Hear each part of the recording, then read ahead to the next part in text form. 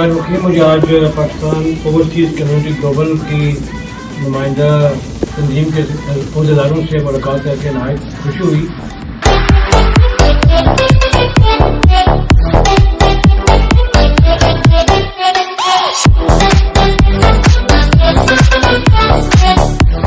Pakistan overseas community global Saudi Arab के वफ्द के चेयरमैन चौधरी अजहर वड़ाई के सरबराही में कौंसल जनरल जद्दा खालिद मजीद से मुलाकात में पाकिस्तानी कम्युनिटी को दरपेश मसाइल और उनके मुमकिना हल के लिए तजावीज़ पेश की गई। कौंसल जनरल खालिद मजीद का मुलाकात के दौरान कहना था, हम सब मिलकर दियारे खैर में रहते हुए और यहाँ के कवानीन की पासदारी करते हुए एक नए पाकिस्तान की बुनियाद रखने में अपना भरपूर किरदार अदा करेंगे। उनका मजीद कहना था कि POC ग्लोबल एक अच्छा इक़दाम है और हम उम्मीद करते हैं कि आप सब लोग दियारे खैर में ओवरसीज़ पाकिस्तानियों की खिदमत करने में अहम किरदार अदा करेंगे और इस मकसद के लिए जद्दा कौंसलेट पर मुमकिना ताउन के लिए तैयार हैं।